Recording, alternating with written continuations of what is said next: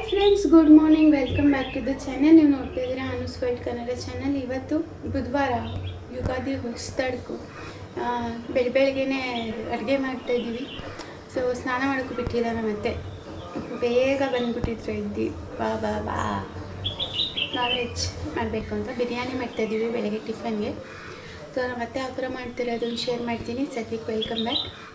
ಹೊಸದಾಗಿ ನೋಡ್ತಾರೆ ಸಬ್ಸ್ಕ್ರೈಬ್ ಮಾಡ್ಕೊಂಡು ನೋಡಿ, ಹಾಗೆ ಪಕ್ಕದಲ್ಲೇ ಕಾಣ್ತಿದ್ದ ಬೆಲ್ ಐಕಾನ್ ಪ್ರೆಸ್ ಮಾಡಿ. ಬ್ಲಾಗ್ಸಲ್ಲಿ ಲೈಕ್ ಮಾಡಿ, ಶೇರ್ ಮಾಡಿ. ಬ್ಲಾಗ್ ಬಗ್ಗೆ ನಿಮ್ಗೇನು ಅನಿಸುತ್ತೆ ಅನ್ನೋದನ್ನು ಕಮೆಂಟ್ ಸೆಕ್ಷನಲ್ಲಿ ತಿಳಿಸಿ. ಸೊ ಎಲ್ಲ ರೆಡಿಯಾಗಿದೆ ಬಿರಿಯಾನಿಗೆ. ಇವಾಗ ಸ್ಟವ್ ಇಡಬೇಕು, ದೊಡ್ಡ ಸ್ಟವ್ ಇಟ್ಕೊಳ್ಳೋಣ ಅಂತ. ಸ್ಟವ್ ಇಟ್ಬಿಟ್ಟು ಸ್ಟಾರ್ಟ್ ಮಾಡೋದು. ಸೊ ಬನ್ನಿ ಇವಾಗ ತೋರಿಸ್ತೀನಿ. ನಮ್ಮನೇಲಿರುವಂಥ ಸ್ಟವ್ವು ಪ್ರೆಸ್ಟೀಜ್ದು. ತುಂಬಾ ಒಂಥರ ಸ್ಲೋ ಆಗಿ ಹೋಗ್ಬಿಟ್ಟಿದೆ ಅಂತ ಹೇಳ್ಬೋದು. ಅಂದರೆ ಅದು ಹೆವಿ ಕುಕ್ ಮಾಡ್ತೀವಿ ನಮ್ಮ ಮನೇಲಿ ಕೆಳಗಡೆ. ಯೂಶಲಿ ಎಲ್ರಿಗೂ ಗೊತ್ತೇ ಇರುತ್ತೆ. ಮತ್ತು ಟೀ ಕಾಫಿ ಜಾಸ್ತಿ ಇರುತ್ತೆ. ಸೊ ಅದು ಸ್ವಲ್ಪ ಉಕ್ಕಿ ಹಂಗಾಗೋ ಬ್ಲಾಕ್ ಆಗೋಗ್ಬಿಟ್ಟಿದೆ. ಅದೆಲ್ಲ ಕ್ಲೀನ್ ಮಾಡಬೇಕು. ಕ್ಲೀನ್ ಮಾಡಿದ್ರು ಮತ್ತೆ ಅದೇ ಥರ ಆಗ್ತಾನೇ ಇರುತ್ತೆ. ಸೊ ಅದಕ್ಕೆ ನಾವು ಯೂಶಲಿ ದೊಡ್ಡದಾಗಿ ಅಡುಗೆ ಮಾಡಬೇಕು ಅಂದರೆ ಸ್ವಲ್ಪ ಜಾಸ್ತಿ ಮಾಡಬೇಕು ಅಂದರೆ ಈ ಸ್ಟವ್ ಇಟ್ಕೋತೀವಿ. ಸೊ ಗ್ಯಾಸ್ ಸ್ಟವ್ಗೆ ಯಾವುದು ಕನೆಕ್ಟ್ ಮಾಡ್ಕೊಂಡಿರ್ತೀನಿ ಅದೇ ಸಿಲಿಂಡ್ರನ್ನ ಇಲ್ಲಿಗೂ ಕೂಡ ಕನೆಕ್ಟ್ ಮಾಡ್ತೀನಿ. ಸೊ ನೋಡ್ಬೋದು ಇವಾಗ ನಾನು ಕನೆಕ್ಟ್ ಮಾಡ್ತಾಯಿದ್ದೀನಿ. ಸೊ ಸ್ಟಾರ್ಟಿಂಗ್ ವಿತ್ ನಮಸ್ಕಾರ. ನಾವು ರೆಸಿಪಿನ ಸ್ಟಾರ್ಟ್ ಮಾಡಬೇಕು, ಎಲ್ಲ ಚೆನ್ನಾಗಾಗಲಿ ಅಂತ ಹೇಳಿ. ಸೊ ನಾನು ಯೂಶಲಿ ಯಾವಾಗ ಮಾಡಿದ್ರೂ ಹೀಗೆ ಮಾಡೋದು. ದೊಡ್ಡದಾಗಿ ಫಂಕ್ಷನ್ ಏನಾದರೂ ಮಾಡುವಾಗ ಪಲಾವು ಐಟಮು ಹಾಕ್ತಾಯಿದ್ದೀನಿ. ಇದು ಈರುಳ್ಳಿ ಮೆಣಸಿನಕಾಯಿ ಹಾಕ್ತಾಯಿದ್ದೀನಿ.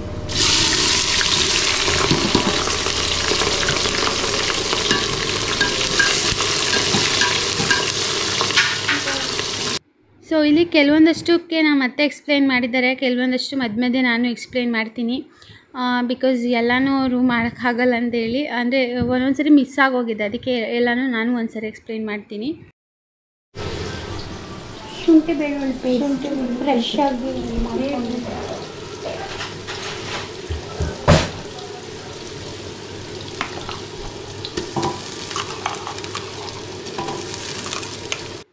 ಇಲ್ಲಿ ಫ್ರೆಶ್ ಆಗಿರೋಂಥ ಶುಂಠಿ ಬೆಳ್ಳುಳ್ಳಿ ಪೇಸ್ಟ್ ಸುಮಾರು ಒಂದು 10-12 ಗಡ್ಡೆಯಷ್ಟು ಬೆಳ್ಳುಳ್ಳಿ, ಸ್ವಲ್ಪ ಶುಂಠಿ ಅದರ ಅರ್ಧದಷ್ಟು. ನಮ್ಮನೇಲಿ ಯೂಶಲಿ ಶುಂಠಿ ಬೆಳ್ಳುಳ್ಳಿ ಪೇಸ್ಟ್ ಸ್ವಲ್ಪ ಜಾಸ್ತಿನೇ ಯೂಸ್ ಮಾಡ್ತೀವಿ ನಾನ್ ವೆಜ್ ರೆಸಿಪೀಸ್ಗೆ.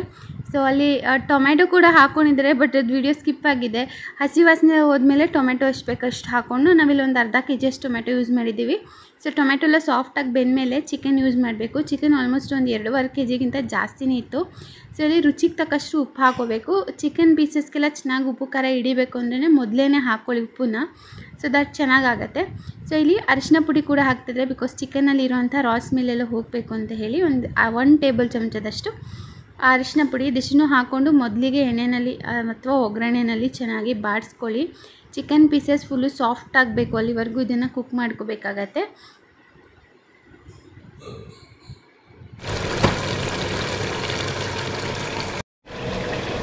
ಪುದೀನ ಕೊತ್ತಂಬರಿ ಹಾಕ್ತಾಯಿದ್ದೀನಿ. ಸಣ್ಣದಾಗಿ ಹೆಚ್ಚಿಟ್ಕೊಂಡಂಥ ಕೊತ್ತಂಬರಿ ಸೊಪ್ಪು, ಪುದೀನ ಸೊಪ್ಪು ಎರಡನ್ನೂ ಹಾಕ್ಬಿಟ್ಟು ಚೆನ್ನಾಗಿ ಮಿಕ್ಸ್ ಮಾಡ್ಕೊಳ್ಳಿ. ಮೆಂತ್ಯ ಸೊಪ್ಪಿದ್ರೆ ಹಾಕ್ಬೋದು, ಒಂದೊಂದು ಸರಿ ನೋಡ್ಕೊಂಡು ಹಾಕ್ಕೊಳ್ಳಿ. ಎಳೆದಿಲ್ಲ ಅಂದರೆ ಕಹಿ ಬಂದುಬಿಡುತ್ತೆ. ಅದಕ್ಕೋಸ್ಕರ ಆದಷ್ಟು ನೋಡ್ಕೊಂಡು ಹಾಕ್ಕೊಂಡ್ರೆ ಚೆನ್ನಾಗಿರುತ್ತೆ. ಮತ್ತು ಕಡ್ಡಿಗಳನ್ನ ಯೂಸ್ ಮಾಡಬಾರ್ದು ಮೆಂತ್ಯ ಸೊಪ್ಪಲ್ಲಿ. ಇನ್ನು ಚಿಕ್ಕಿ ಸೊಪ್ಪು ಹಾಕ್ಕೊಂಡ್ರೆ ಅದು ಚೆನ್ನಾಗಿರುತ್ತೆ. ಏನಿತಿಂಗ್ ನಿಮ್ಗೆ ಯಾವ್ದು ಇಷ್ಟ ಆಗುತ್ತೆ ಅದು ಹಾಕ್ಕೊಳ್ಳಿ. ಚಿಕನ್ ಪೀಸ್ ನೀವು ಒಂದು ಸರಿ ನೋಡಿ, ಅದು ಚೆನ್ನಾಗಿ ಸಾಫ್ಟಾಗಿ ಅನಿಸಿದೆ, ಒಂದು 70% ಅಷ್ಟು ಕುಕ್ ಆಗಿದೆ ಅಂದಾಗ ನೀವು ಎಷ್ಟು ರೈಸ್ ಹಾಕೋತೀರೋ ಅದನ್ನ ನೋಡಿಕೊಂಡು ನೀರು ಹಾಕ್ಕೊಳ್ಳಿ. ನೀರು ಚೆನ್ನಾಗಿ ಕುದಿವಾಗ ರೈಸ್ ಹಾಕೋಬೇಕು. ನಾವು 1 kg ರೈಸು 2.5 kg ಅಷ್ಟು ಚಿಕನ್ ಹಾಕಿ ಮಾಡ್ತಾಯಿರೋದು. ಸೊ 1 kg ರೈಸ್ ಆದರೆ ಸಾಕಾಗತ್ತೆ, ಇನ್ನೂ ಜಾಸ್ತಿನೇ ಮಿಕ್ಕಿತ್ತು ಅಂತ ಹೇಳ್ಬೋದು. ಸೊ ಇಲ್ಲಿ ಬಿರಿಯಾನಿ ಪೌಡರ್ ಯೂಸ್ ಮಾಡ್ತಿದ್ದೀವಿ, MTRದು ಬಿರಿಯಾನಿ ಮಸಾಲ ಅಂತ ಹೇಳ್ಬೋದು. ಸೊ 2 ಪ್ಯಾಕೆಟಷ್ಟು ಸಾಕಾಗತ್ತೆ. ಅರ್ಧ kgಗೆ 1 ಪ್ಯಾಕೆಟ್ ಹಾಕೋಬೇಕಾಗತ್ತೆ. ಸೊ ಸ್ಪೈಸ್ ಪೌಡ್ರ್ ಹಾಕ್ಬಿಟ್ಟು ಚೆನ್ನಾಗಿ ಮಿಕ್ಸ್ ಮಾಡೋದು. ಇಲ್ಲಿ ಅಚ್ಕಾರದ ಪುಡಿ ಎಲ್ಲ ಏನು ಯೂಸ್ ಮಾಡ್ತಾಯಿಲ್ಲ. ನಾವು ಈರುಳ್ಳಿ ಒಟ್ಟಿಗೆ ಹಸಿಮೆಣ್ಸಿನ್ಕಾಯಿ ಕೂಡ ಕಟ್ ಮಾಡಿ ಹಾಕ್ಕೊಂಡಿದ್ವಿ, ಜೊತೆಗೆ ಬಿರಿಯಾನಿ ಮಸಾಲ ಅಷ್ಟೇ.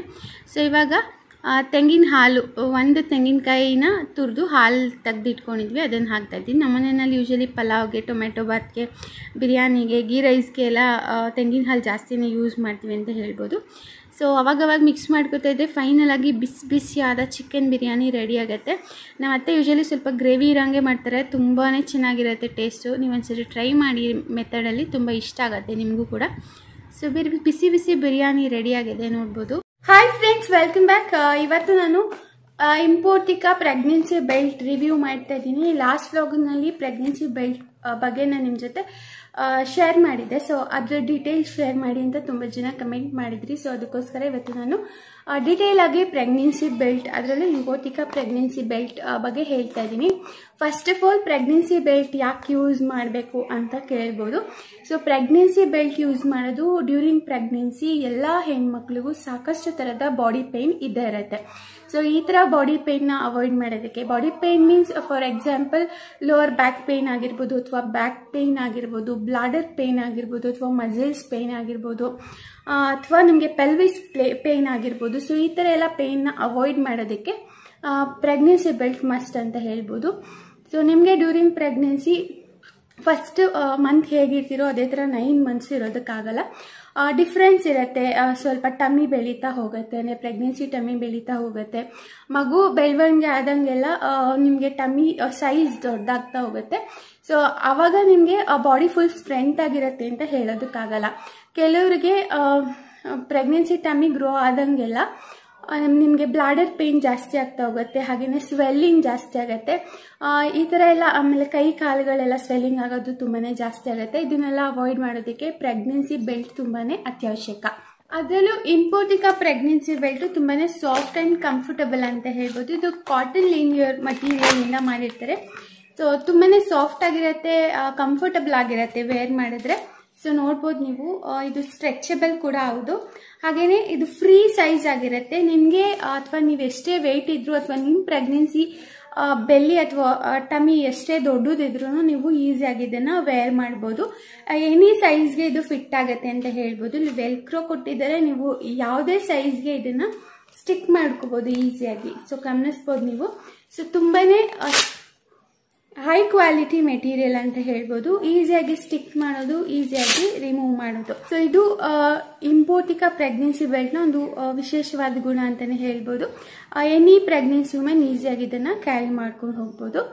ಸೊ ನೀವು ಪ್ರೆಗ್ನೆನ್ಸಿ ಬೆಲ್ಟ್, ಇಂಪೋರ್ಟಿಕಾ ಪ್ರೆಗ್ನೆನ್ಸಿ ಬೆಲ್ಟ್ನ ರೆಗ್ಯುಲರ್ ಆಗಿ ಹಾಕೊಳ್ಳೋದ್ರಿಂದ ಏನಾಗುತ್ತೆ ಅಂದರೆ ಕೋರ್ ಮಸಲ್ಸ್ ಮತ್ತು ಅಬ್ಡೋಮನ್ ಏನಿರುತ್ತೆ ಇದನ್ನ ಸ್ಟ್ರೆಂತ್ ಅಥವಾ ಸ್ಟೆಬಿಲೈಸ್ ಮಾಡೋದ್ರಲ್ಲಿ ತುಂಬಾ ಹೆಲ್ಪ್ ಮಾಡುತ್ತೆ. ಹಾಗೇನೆ ನೀವು ಡ್ಯೂರಿಂಗ್ ಪ್ರೆಗ್ನೆನ್ಸಿ ಬೆಲ್ಟ್ನ ಯೂಸ್ ಮಾಡೋದ್ರಿಂದ ಪೋಸ್ಟ್ ಪ್ರೆಗ್ನೆನ್ಸಿನಲ್ಲೂ ಸಾಕಷ್ಟು ಬೆನಿಫಿಟ್ಸ್ ಇದೆ. ಲೈಕ್ ತುಂಬ ಫ್ಯಾಟ್ ಟಮ್ಮಿ ಅಥವಾ ಬೆಲ್ಲಿ ಫ್ಯಾಟ್ ಏನು ಫಾರ್ಮ್ ಆಗುತ್ತೆ ಪ್ರೆಗ್ನೆನ್ಸಿ ಆದಮೇಲೆ, ಅದು ಕಂಪ್ಲೀಟಾಗಿ ಅವಾಯ್ಡ್ ಆಗುತ್ತೆ. ಹಾಗೇನೆ ಸ್ಟ್ರೆಚ್ ಮಾರ್ಕ್ಸ್, ಇವಾಗ ಪ್ರೆಗ್ನೆಂಟ್ ಆಗಿ ಮಗು ಆದಮೇಲೆ ಹೊಟ್ಟೆ ಮೇಲೆಲ್ಲ ಸ್ಟ್ರೆಚ್ ಮಾರ್ಕ್ಸ್ ಇರುತ್ತೆ, ಅದು ಕೂಡ ಕಂಪ್ಲೀಟಾಗಿ ಅವಾಯ್ಡ್ ಆಗುತ್ತೆ ಅಂತ ಹೇಳ್ಬೋದು ಬೈ ಯೂಸಿಂಗ್ ಇಂಪೋರ್ಟಿಕಾ ಪ್ರೆಗ್ನೆನ್ಸಿ ಬೆಲ್ಟ್. ಸೊ ಇನ್ನು ನೀವು ಕೇಳ್ಬೋದು, ಇಂಪೋರ್ಟಿಕಾ ಪ್ರೆಗ್ನೆನ್ಸಿ ಬೆಲ್ಟ್ ಸೇಫಾ, ಹಾಕೋಬೋದಾ ಪ್ರೆಗ್ನೆಂಟ್ ವುಮೆನ್ಸ್ ಅಂತ? ಹೌದು, ಹಾಕೊಳ್ಳೋಕ್ಕೆ ಅಂತಲೇ ತರಿಸಿರೋದು. ಸೊ ಇದು 100% ಸೇಫ್, ಯಾವುದೇ ರೀತಿ ಸೈಡ್ ಎಫೆಕ್ಟ್ಸ್ ಇರೋದಿಲ್ಲ. ಎಲ್ಲ ಥರದ ಸೇಫ್ಟಿ ಮೆಷರ್ಸ್ನ ಫಾಲೋ ಮಾಡಿ ಪ್ರೆಗ್ನೆಂಟ್ ಲೇಡೀಸ್ಗೆ ಅಂತಲೇ ಇದನ್ನು ತಯಾರು ಮಾಡಿದ್ದಾರೆ ಅಂತಲೇ ಹೇಳ್ಬೋದು.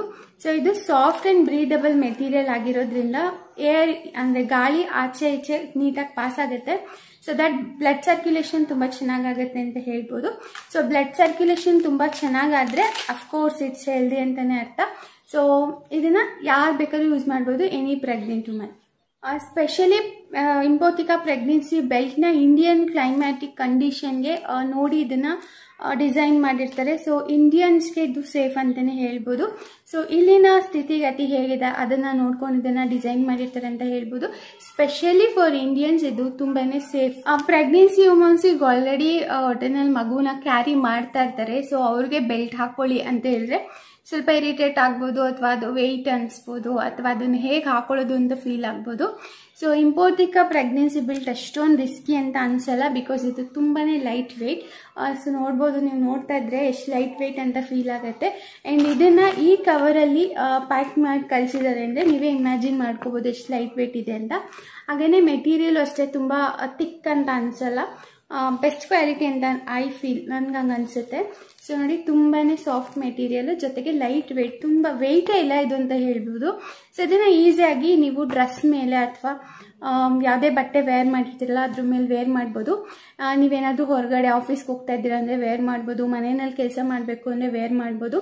ಸೊ ಇದು ನಿಮ್ಮ ಹೊಟ್ಟೆಗೆ ಅಥವಾ ನಿಮ್ಮ tummy area, pregnancy tummy area ಇರುತ್ತೆ, ಸೊ ಅದಕ್ಕೆ ಬ್ಯಾಲೆನ್ಸ್ ಸಿಕ್ತಂಗೆ ಆಗುತ್ತೆ, ಸ್ಟ್ರೆಂತ್ ಕೊಟ್ಟಂಗೆ ಆಗುತ್ತೆ. ನಿಮ್ಮ ಬಾಡಿಗೆ ನಿಮ್ಮ ಪ್ರೆಗ್ನೆನ್ಸಿ ಟಮ್ಮಿನ ಕ್ಯಾರಿ ಮಾಡಕ್ ಆಗ್ತಿಲ್ಲ, ಸ್ವಲ್ಪ ಕಷ್ಟ ಆಗ್ತಿದೆ ಅಂದಾಗ ಇದು ನಿಮಗೆ ತುಂಬಾನೇ ಸಪೋರ್ಟಿವ್ ಆಗಿ ಕೆಲಸ ಮಾಡುತ್ತೆ ಅಂತ ಹೇಳ್ಬೋದು. ನೀವು ಇಂಪೋರ್ಟಿಕಾ ಪ್ರೆಗ್ನೆನ್ಸಿ ಬೆಲ್ಟ್ ನ ಆನ್ಲೈನ್ ಅಲ್ಲಿ ಪರ್ಚೇಸ್ ಮಾಡಿದಾಗ ನಿಮಗೆ ಈ ಬುಕ್ಲೆಟ್ ಕೂಡ ಫ್ರೀ ಆಗಿ ಸಿಗುತ್ತೆ. ಇದು free nutrition diet plan for pregnancy womens. ನಿಮಗೆ ಇದರಲ್ಲಿ ಎಲ್ಲಾ ತರದ ಟಿಪ್ಸ್ಗಳಿರುತ್ತೆ. ಜೊತೆಗೆ ಪ್ರೀಮಿಯಂ ಯೋಗ ವಿಡಿಯೋ ಅಥವಾ ನಿಮಗೆ ಪ್ರೆಗ್ನೆನ್ಸಿನಲ್ಲಿ ಯೋಗ ವಿಡಿಯೋಸ್ ಬೇಕು, ನೀವೇನಾದ್ರೂ ಯೋಗ ಟ್ರೈ ಮಾಡಬೇಕು ಅಂದರೆ yoga@impotica.comಗೆ ಫ್ರೀ ಆಗಿ ನಿಮಗೆ ಆಕ್ಸೆಸ್ ಮಾಡ್ಕೋಬೋದು ಅಂತ ಹೇಳ್ತೀನಿ. ಜೊತೆಗೆ ಇದರಲ್ಲಿ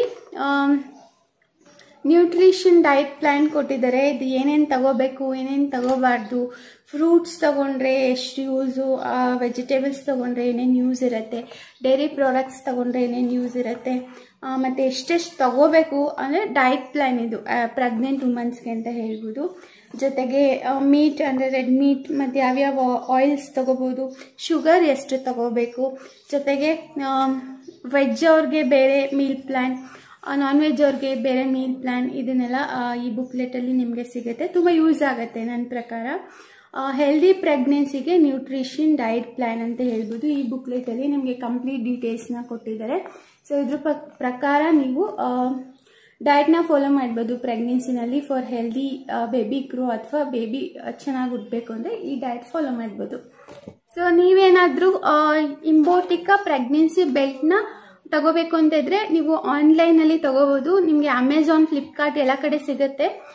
ನನಗೂ ಗೊತ್ತಿರಲಿಲ್ಲ ಇದು, ನಾನು ಅಮೆಝಾನಲ್ಲಿ ತರಿಸಿದ್ದು. ಇನ್ ಕೇಸ್ ನಿಮಗೆ ಅಮೆಝಾನ್, ಫ್ಲಿಪ್ಕಾರ್ಟ್ ಹೊರತುಪಡಿಸಿ ಎಕ್ಸ್ಟ್ರಾ ಡಿಸ್ಕೌಂಟ್ ಬೇಕು ಅಂದರೆ impotica.com ವೆಬ್ಸೈಟ್ಗೆ ವಿಸಿಟ್ ಮಾಡಿ ನೀವು ಡೈರೆಕ್ಟಾಗಿ ವೆಬ್ಸೈಟ್ ಕಸ್ಟಮರ್ ಆಗಿ ಬೈ ಮಾಡ್ಬೋದು. ಸೊ ನಿಮಗೆ ಫ್ಲಿಪ್ಕಾರ್ಟ್, ಅಮೆಝಾನಲ್ಲಿ ಎಕ್ಸ್ಟ್ರಾ ಡಿಸ್ಕೌಂಟ್ಸ್ ಇರಲ್ಲ.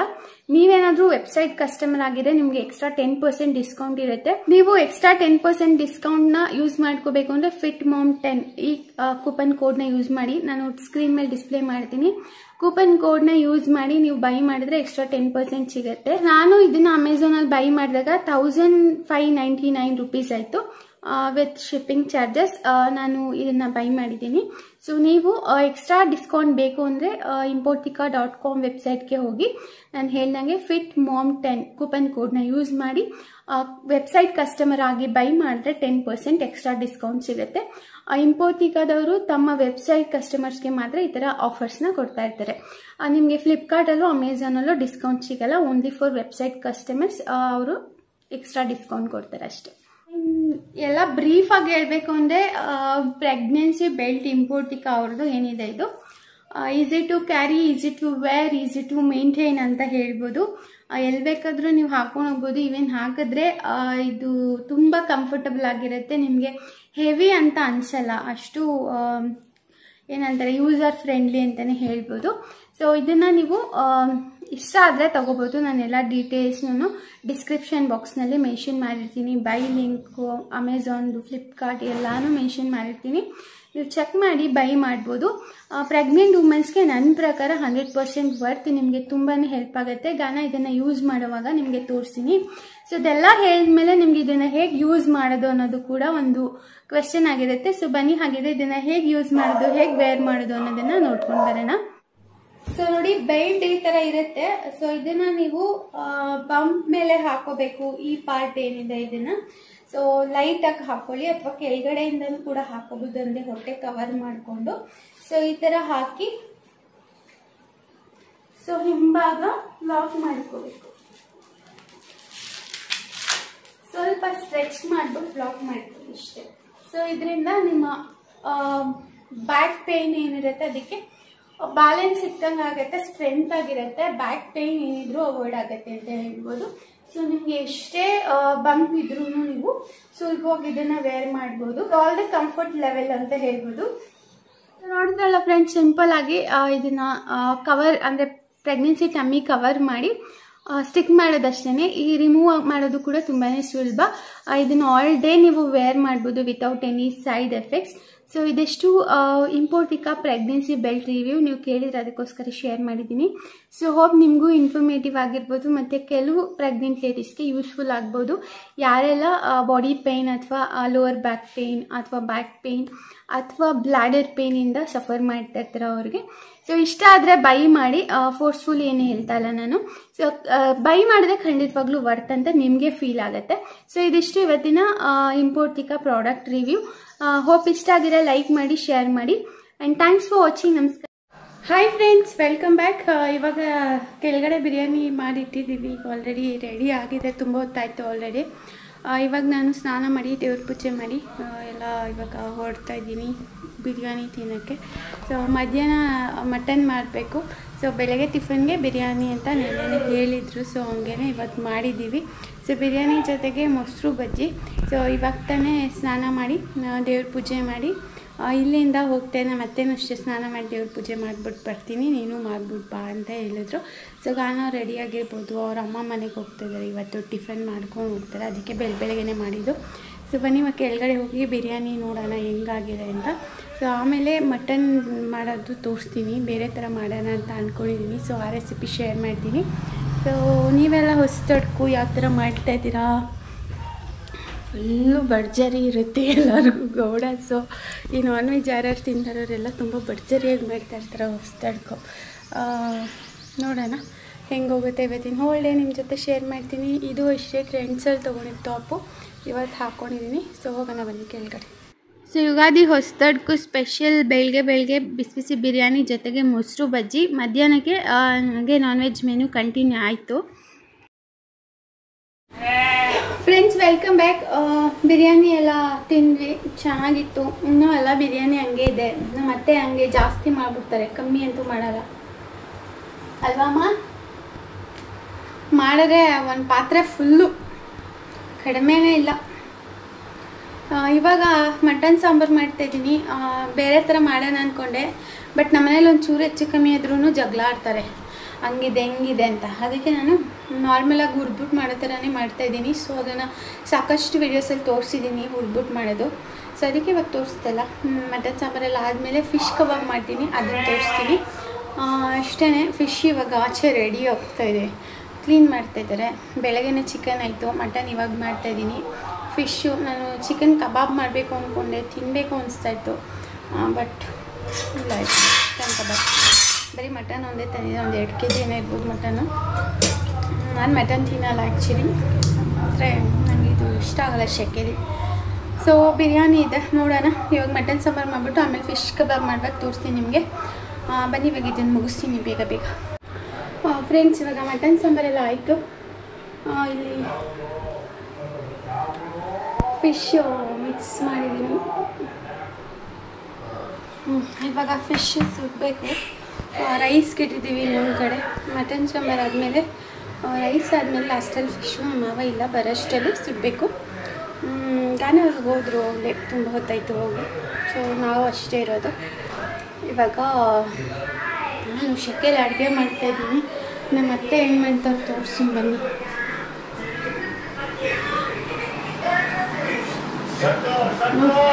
ಬಿಗ್ ಬಾಸ್ ನೋಡ್ತಾ ಕೂತವ್ರೆ, ನಾನು ಅಡುಗೆ ಮಾಡಬೇಕು, ಕುತ್ಕೋಬೇಕು. ಬಿರಿಯಾನಿ ಮಾಡ್ತಾರೆ ಯಾರೋ ಕೇಳಮ್ಮ. ಎಲ್ಪ್ ಮಾಡೋದು ನಮ್ಮ ದೊಡ್ಡ ಸೇವೆ. ಈಗ ಸುಸ್ಕೊಂಡು ಕೂತಿದ್ದೀನಿ ನೋಡಿ, 3 ದಿನ ಆಯ್ತು ತಂದಿಕ್ಕಿ, ಬೆಳಗ್ಗೆ ಇನ್ನ ಹಾಕ್ಸಿಲ್ಲ ಅಷ್ಟಿಲ್ಲ. ಎಷ್ಟು ದೋಸೆ ಬಟ್ಟೆ. ಎಲ್ಲರಿಗೂ ಹ್ಯಾಪಿ ಯುಗಾದಿ. ಹ್ಯಾಪಿ ಯುಗಾದಿ. ದೀಪಾವಳಿ ಅಲ್ಲ ಇವತ್ತು, ಯುಗಾದಿ. ನಿಂಗೆ ಒಬ್ಬಟ್ಟು ಇಷ್ಟನಾ ಬಿರಿಯಾನಿ ಇಷ್ಟನಾ? ಬಿರಿಯಾನಿ. ಅದು ಇದು ಮಾಡ್ಕೋಬಾರ್ದು, ತೆಗಿ. ಒಬ್ಬಟ್ಟು ಇಷ್ಟನಾ ಬಿರಿಯಾನಿ ಇಷ್ಟನಾ? ಬಿರಿಯಾನಿ. ನೀನೇನು ತಿಂದೆ? ಒಬ್ಬಟ್ಟು ತಾನೆ. ಹೋಗು ಆಟ. Hi friends, welcome back. ಇವಾಗ ಆಗಿದೆ ಸಂಜೆ. ಸೊ ಇವಾಗ ನಾವು ಏನಿದು ಪಚ್ಚಿ ಇನ್ನೊಂದೇನು ಅಂತಾರೆ, ಗಟ್ಟಬರ ಚೌಕಬಾರ ಆಡ್ತಾ ಇದ್ದೀವಿ. ಸೊ ನಾನು ನಮ್ಮ ಯಜಮಾನ್ರು ಯುಗಾದಿಗೆ ಇದು ಒಂಥರ ಸ್ಪೆಷಲ್ ಅಂತಲೇ ಹೇಳ್ಬೋದು. ಯೂಶಲಿ ನಾವು ರಮ್ಮಿ ಎಲ್ಲ ಆಡ್ತಾ ಇದ್ವಿ, ಬಟ್ ಇವತ್ತು ರಮ್ಮಿ ಇಲ್ಲ, ಚೌಕಬಾರ. ಯುಗಾದಿ ಹಬ್ಬಕ್ಕೆ ಆಡೋದು, ಏನೇನು ಕಾರಲ್ಲ. ಸೊ ಕರೆಕ್ಟಾಗಿ ಗೆಲ್ಲೋ ಆಮೇಲೆ ಇಲ್ಲ, ಮಕ್ಳು ಯಾವಾಗ ನಿಜ ಹೇಳ್ತಾರೆ.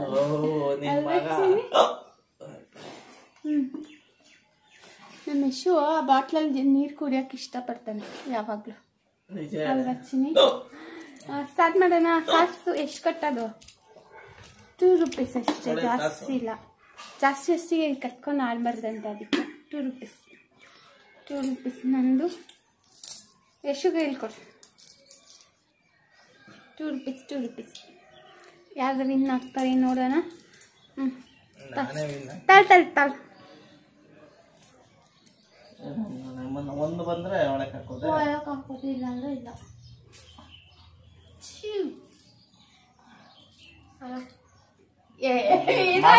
ಗೆದ್ದಾಕೊಡ್ಬೇಕು. ನಾನು ಹೇಳ್ತೀನಿ ಎಂದೇ ಕುತ್ಕೋ ಅಮ್ಮ. ಈಗ ಅಲ್ಲ ಕಣೀರು, ಗೆದ್ದಿಲ್ಲ.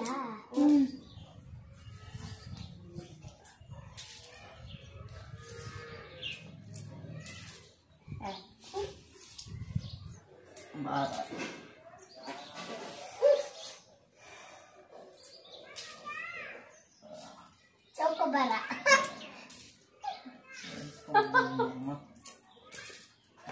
ಅಷ್ಟೇ ಗೆಲ್ದಲ್ಲ ನಂಗೂ. ಬಾರಕ್ಕೆ ಒಂದು ಎಷ್ಟು ಬಾರ? ಸರಿ ಯಾರು ಏನೆಷ್ಟು ಅಂತ ಕೇಳ್ತಿಲ್ಲ. ಬಾರಕ್ಕೆ ಹೋಗ್ಲಿ, 2 ಬಾಕಿ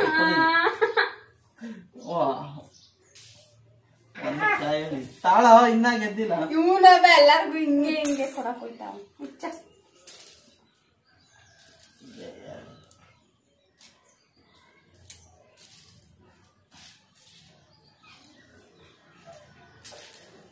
ನೀನ್ ಜೋರ್ಸ್ಕೊಂಡ್ ಹಾಕ್ತೀಯ? ಯಾವ್ದಿಲ್ಲ, ಜೋರ್ಸ್ಕೊಂಡ್ ಹಾಕ್ತಾನೆ. ಸುಳ್ಳು ಸರಿಲ್ಲ.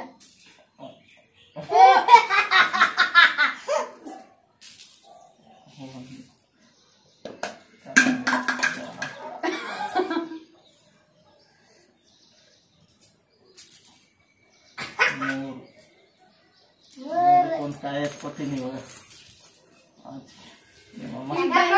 ಕುತ್ಕೊಂಡಿರು, ಆಮೇಲೆ ಹಾಕ್ತೀನಿ. ಗೆದ್ಮೇಲೆ ಕೊಡುವ, ಇವಾಗ ತಾಳು. ಇಲ್ಲಿಗೆ ಬರ್ಬೇಕು, ಇಲ್ಲಿಗೆ ಬರ್ಬೇಕು ಕಾಯಿಗಳೆಲ್ಲ. ಹೌದು,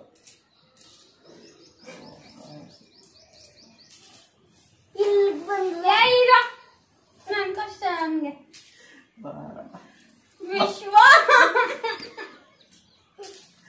ಬಾರ ಬರಲಿ, 2 ಬಾಕಿ ಕೊಡಿಲಿ.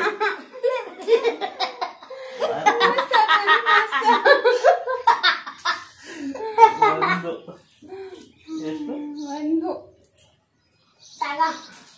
ತಗೋ. ಇದು ಇಲ್ಲ. ಒಂಟಿಕಾಯಿ ಸೊಂಟ ಮುರಿತಾಳ ನಿಮ್ಮಮ್ಮ. ಬರಿದ್ರಿ ಸೀಮೆ ಸೊಂಟ ಬರ್ತಾವ.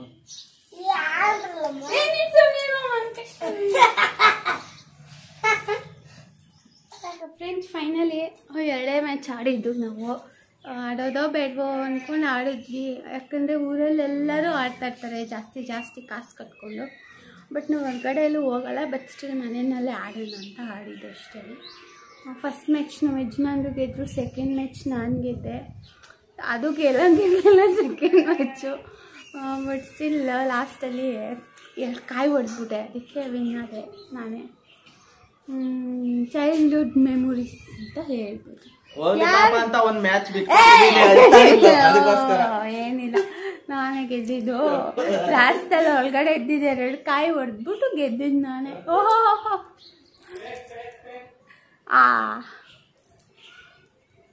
ನಂಬಕ್ಕೆ ಹೋಗ್ಬೇಡಿ, ಸುಳ್ಳು. ಹೊರಗಡೆ ಇದ್ದಿದ್ದು ಕಾಯಿ ಹೊಡೆದ್ಬಿಟ್ಟೆ ಅಂತ ಕೋಪ ಬಂದ್ಬಿಟ್ಟೈತೆ. ಇನ್ನೂ ನಮ್ಮ ಅಜ್ಜಿ ಒಬ್ಬರು ಅವರೇ, ಕಾಯಿ ಹೊಡೆದ್ಬಿಟ್ರೆ ಕೋಪ ಬಂದ್ಬಿಟ್ಟು ಬಾಯಿಗೆ ಬಂದಂಗೆ ಬೈತಾ ಇರ್ತಾರೆ. ಜಾಸ್ತಿ ನಾವು ಬೇಸಿಗೆ ರಜೆದಲ್ಲಿ ಆಡ್ತಾಯಿದ್ವಿ. ಈ ಕಡೆ ಎಲ್ಲ ಬರೆಯೋದೆಲ್ಲ ಇರುತ್ತಲ್ವ, ಹಂಗೆ ದಾಯ ಹಾಕಿದ್ರೆ ಏಣಿ ಮೆಟ್ಲು ಹತ್ತೋದು, ಅದೆಲ್ಲ ಆಡ್ತಾಯಿದ್ವಿ ಜಾಸ್ತಿ ಹುಣಸೂರಲ್ಲಿದ್ದಾಗ. ಈಗ ಹೋದಾಗೆಲ್ಲ ಆಡ್ತೀವಿ. ನಮ್ಮ ಮಾವ ಅವರೆಲ್ಲ ಕುತ್ಕೊಬಿಡ್ತಾರೆ ಹಬ್ಬದ ಟೈಮಲ್ಲಿ ಎಲ್ಲ ಆಡೋಕ್ಕೆ. ಆವಾಗೆಲ್ಲ ಚೆನ್ನಾಗಿರೋದು ನೋಡೋಕ್ಕೆ. ಸೊ ಇದು ಜಸ್ಟ್ ಚಿಕ್ಕದು ಟೈಮ್ ಪಾಸ್ಗೆ ಫನ್ ಅಂತ ಹೇಳ್ಬೋದು ಅಷ್ಟೇ. ಟೈಮ್ ಪಾಸ್ಗೆ ಅಂತ ಹೇಳೋದಕ್ಕಿಂತ ಫನ್ ಅಂತ ಹೇಳ್ಬೋದು ಅಷ್ಟೇ. ಸೊ ಇಷ್ಟೇ. ಆಮೇಲೆ ಮುಂದೆ ಕಂಟಿನ್ಯೂ ಮಾಡ್ತೀನಿ ಬ್ಲಾಗ್ನ. ಸಂಜೆ ಆದಮೇಲೆ ನಾನು ಮತ್ತೆ ಬರ್ತೀನಿ ಅಂದಿದ್ರು, ಬಟ್ ಅವ್ರು ಬರಲಿಲ್ಲ ಆಡೋಕ್ಕೆ. ನೋಡೋಣ ಬಂದರೆ ಇನ್ನೊಂದು ಸರಿ ಆಡೋಣ ಅಂತ. ಇಷ್ಟೇ, ನೆಕ್ಸ್ಟ್ ಕಂಟಿನ್ಯೂ ಮಾಡ್ತೀನಿ.